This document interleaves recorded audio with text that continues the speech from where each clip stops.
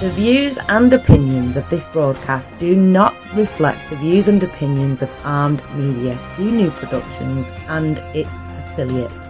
Enjoy the show.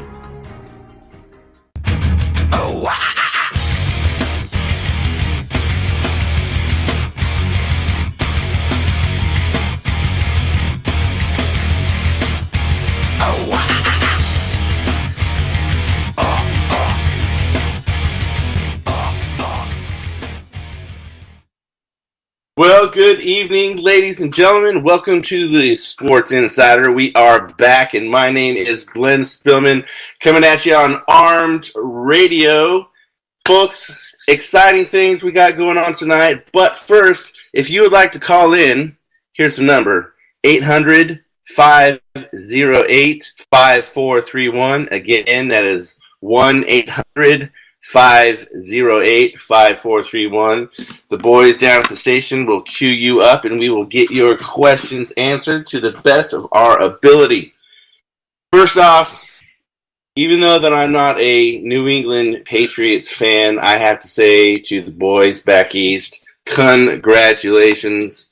I know everybody at the Armed Radio station, pretty much everybody that I know of anyway, is a Patriots fan, so congratulations to you guys. I had the honor of being on the last part, a couple minutes of the show, Pot Talk, and let me tell you something. First off, I was listening to the show, and it was funny, a lot of the things that they were talking about. If you guys haven't heard the show yet, you guys got to check it out. And some of the stuff that they were talking about, especially about kids, was ringing true and clear, because when they were talking about how the kids act and whatnot, mine was acting a fool sitting right next to me listening to the show. For those of you that want to tune in and around the world, go to tunein.com, search Arm Radio. It's got a nice little yellow square icon with AR Raw Radio on it, and check that out. And you can listen to all of the shows on Armed Radio and check that out. I'll be talking a little bit about some of the shows that you could check out on Armed Radio. You've got Night Talk with Joe Rocks. You've got Amy Chafalo. You've got What's the Story with Maria. I mean, they've got something for everybody. You like food? All you could eat. On Wednesdays, 8 p.m. Eastern Time, they've got all kinds of shows. So guys, gals, boys and girls, and animals, if you guys want to listen to some cool shows, tune in to Armed Radio. Go check them out, armedradioglobal.com, and you can see all the shows, all the lineups, and everything like that. Well, without further ado, let's go ahead and get into some Super Bowl talk. I know it's been over a week, but people are going to be talking about this for a long time.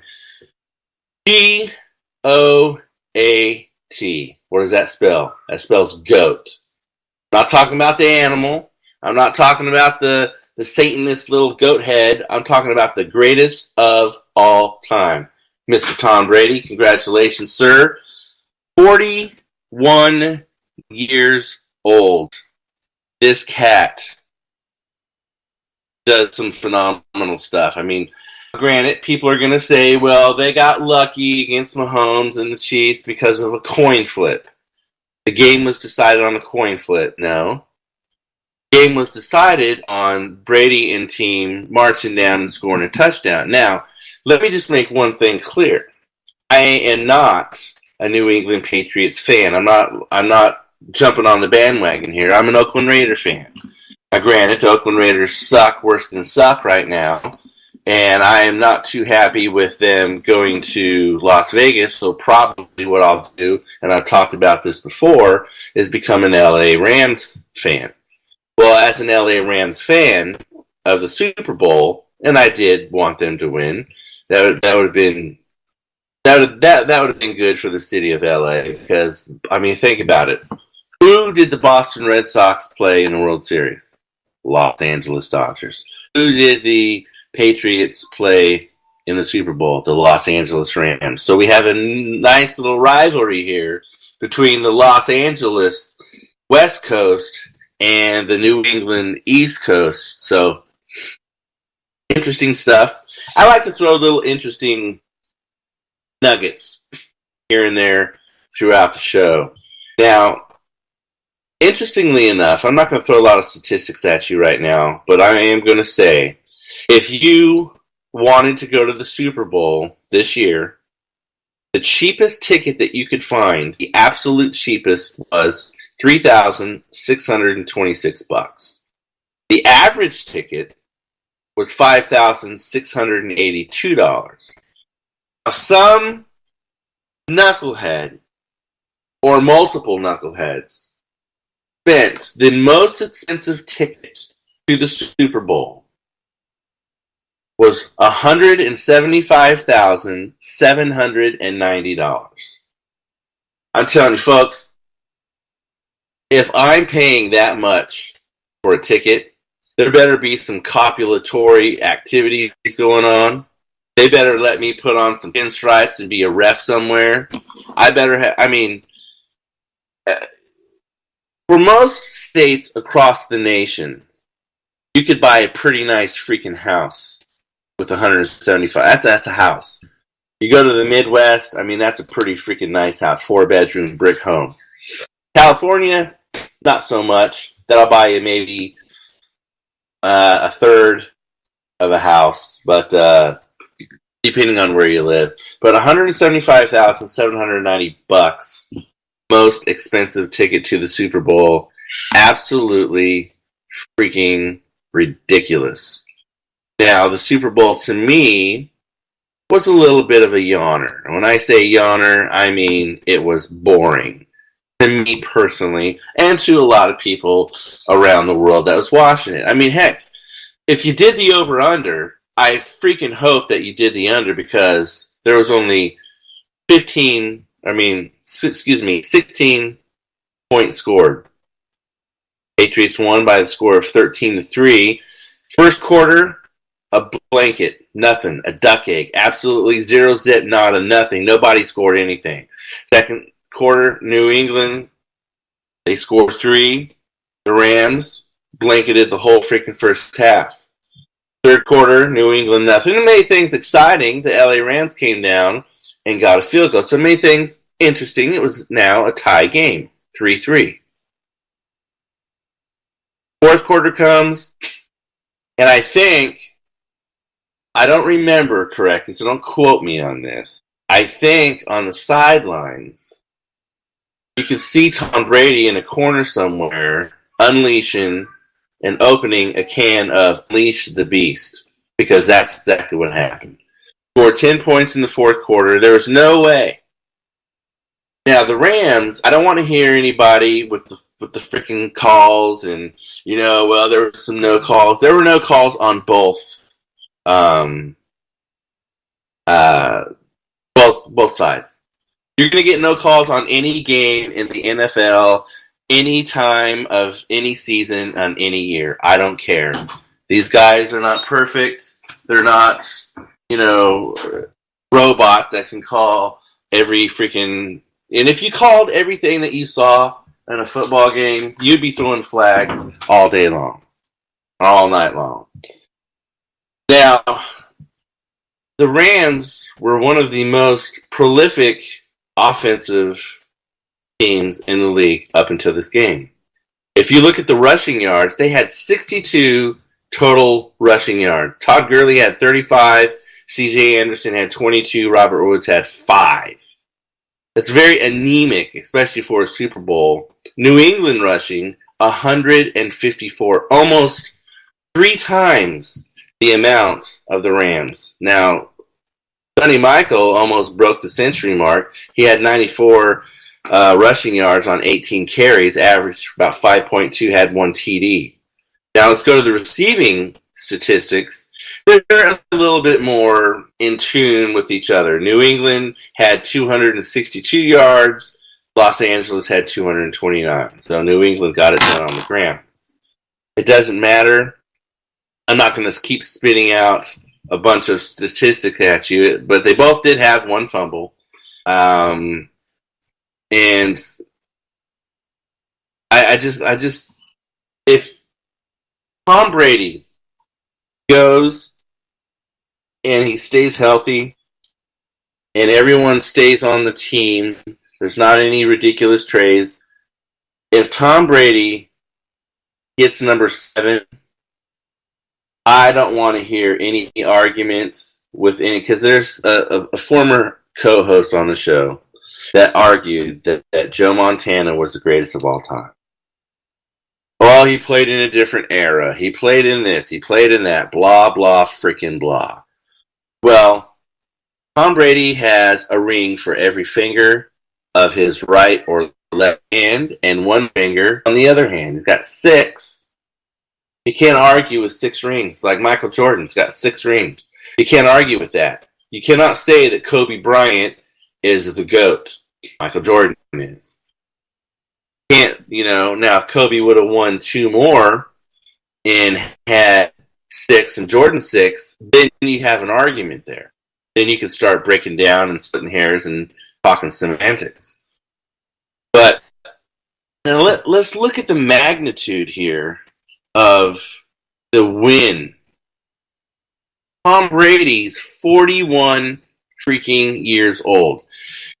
People wanted to crucify him. People wanted to lay him out to pasture and shoot him like a dead freaking horse and say he's too old, he's never going to win another Super Bowl.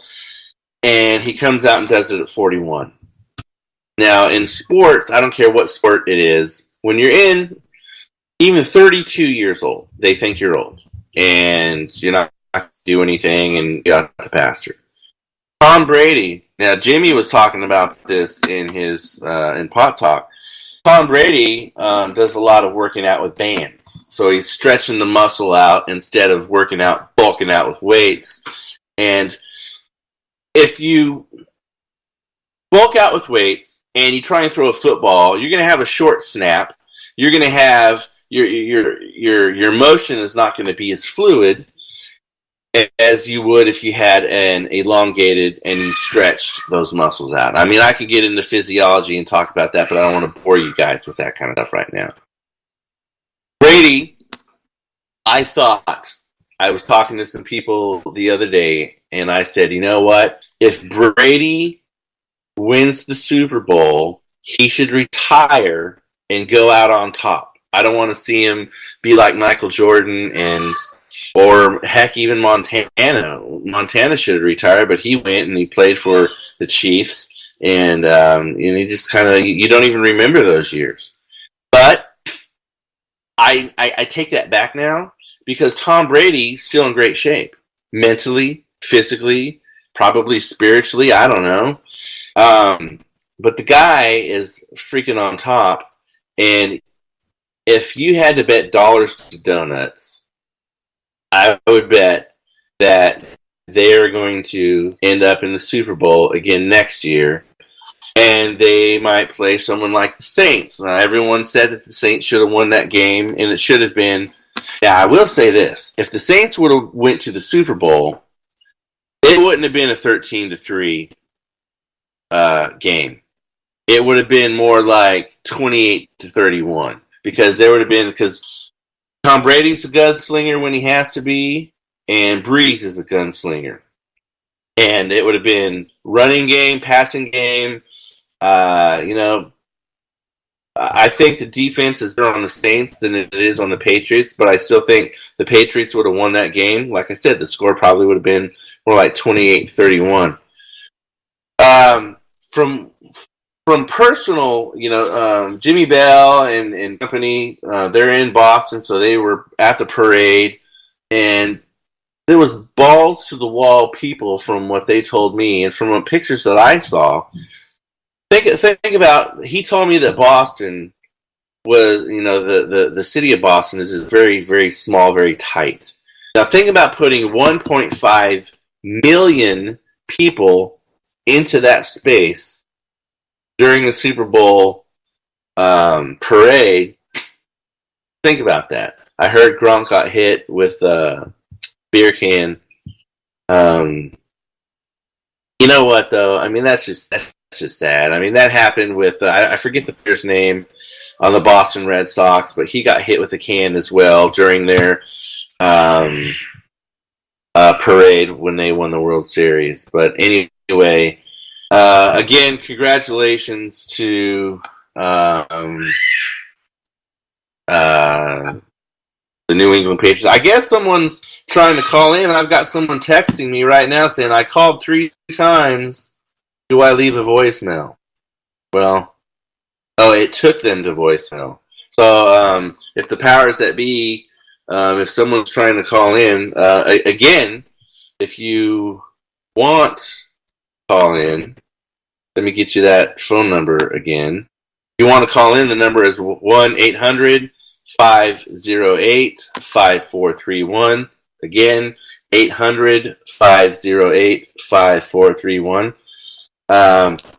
So, hey, caller, if you're hearing me, just keep calling. You know, I don't know. There might be a lot of people trying to call in. Maybe they got people on queue. I don't know, but just keep trying to call in is what I can tell you. Now, that is it on the Super Bowl that I'm going to talk about. But no. There's one. there's one more thing I do want to talk about, and if I've had one person ask me, I've had 50 people ask me. What did I think of? Well, there's 2 questions that they asked. What did you think about the commercials, and what did you think about the halftime show? Well, the commercials, I thought most of them were good. My favorite one was the I believe it was Christina Applegate that was the actress, and it was in the Eminem commercial. That was my favorite one. Now, the Bud Light, they had some good ones. Budweiser always puts on a good commercial, whether it's Super Bowl or not. So there were some other ones that I thought were just kind of boring. Well, not kind of, quite boring. So that was, but Eminem was my favorite one. As far as the halftime show goes, when I first heard that they were going to bring Maroon 5 on board, I was like, was no one else freaking available for the Super Bowl halftime show? I mean, Maroon 5, I dare say, anyone tell me one song that Maroon 5 does. Now, I know one song. It's pretty catchy. I don't know that I couldn't tell you the name of it right now. I could tell you some of the words. But I'm hard pressed to tell you any of their hits. They had Big Boy on there, and I don't even remember the third person who was on there. That's how memorable it was. I thought the halftime show sucks. I did not like it. And Adam Levine had to take his shirt off at the end just to get some kind of reaction. I liked it when Bruno Mars was there. I mean, Justin Timberlake did a good show. One of probably the most iconic 2 people that I can think of right now that had iconic Super Bowl halftime shows, and that's Michael Jackson and Prince. It started raining when Prince was doing his halftime show, so he did Purple Rain. I mean, you can't even script stuff like that. Again, I'm getting more texts of people. I'm saying call back. Folks, if you're trying to call into the show and it's ringing and it's going to voicemail, either leave a voicemail or keep calling because they can have people in queue. That's all I can tell you. But they say they are listening to it on TuneIn. Well, thank you very much. And they say, okay, I will try again. All right, so we've got, and they say it goes to voicemail. Well, what can I tell you? I don't know. Well, anyway, we've got people from that are texting me from the Midwest in Dallas, Texas. Got some people that's texting me from Colorado. Again, folks, go to tunein.com, search Armed Radio, and you could also, for the plethora of shows that Armed Radio has. You can go to armedradioglobal.com, check out all of the shows that they offer. For mine, you've got Pot Talk, which is quite entertaining, I must say. I listened to the whole show, and I wish I had $1 for every F-bomb that was dropped, though. I swear to God. I would be floating in some pretty good cash right now. Let's talk a little bit about UFC. I was hoping my friend Drew Montgomery would call in tonight, but I don't know if he's trying to call in or if he's listening on the show. But Drew, if you're listening, what's up, brother? My friend Drew is a MMA fighter. He fights out of Team Alpha Male with Uriah Faber here in Sacktown, Sacramento, California. Now, one I want to talk about, UFC 234, Whitaker versus Gastelum. I've said this before. I will say it again, and then I'll say it 100 times more. Go and watch the early prelims. Now, if you go to the early prelims, the stadium is almost empty. You've got some people watching the early prelims, and there's only 3 fights. But the early prelims, you're going to see, and I promise you, you're going to see some of the best fights on the card. I guarantee you. Drew just texted me and said, I'm listening. Tried to call. Well, I will get to the bottom of this call thing. I promise you guys, because there's been about 6 people text me and say that they tried to call in. Now, the undercard, I'm not going to go through all of the fights, but on the undercard, I would say the fight of the night, for me personally on the undercard, is going to be Lando Venata against Marcos Mariano. I like to give odds to any of these fights. They don't have the odds on the early prelims, but on the prelims, they do. And the prelims, Shane Young, Austin Arnett, that's going to be a good one. Shane Young is the favorite with minus 300. Hey, man, if you guys want to do a good bet, do Austin Arnett plus 250. Plus 250. But let's go to the main card here. Oh, I got another text from someone that said I left a voicemail with my phone number. All right, we're going to post that thing up on social media. Just kidding. Just kidding.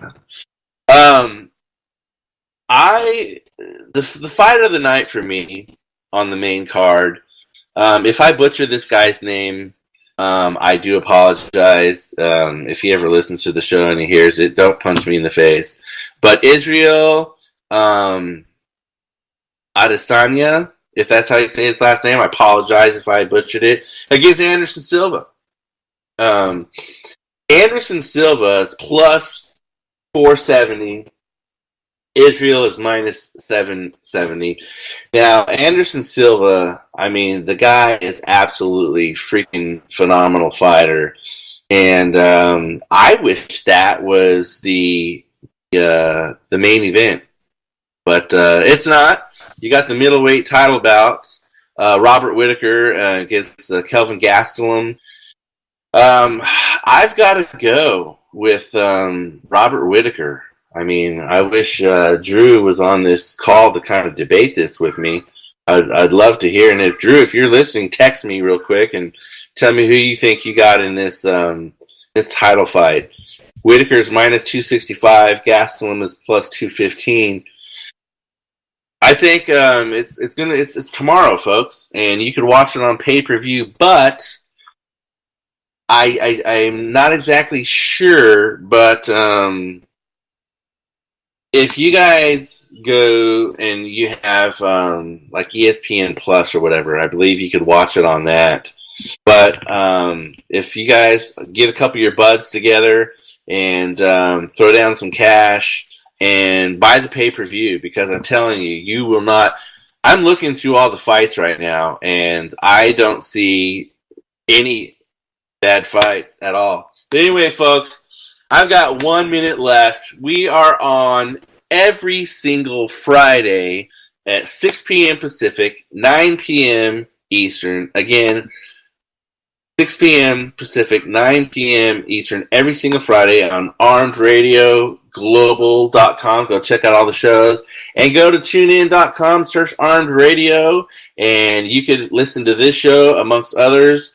Folks, thank you very much for tuning in. I really appreciate it. I will see you guys next week. Peace out.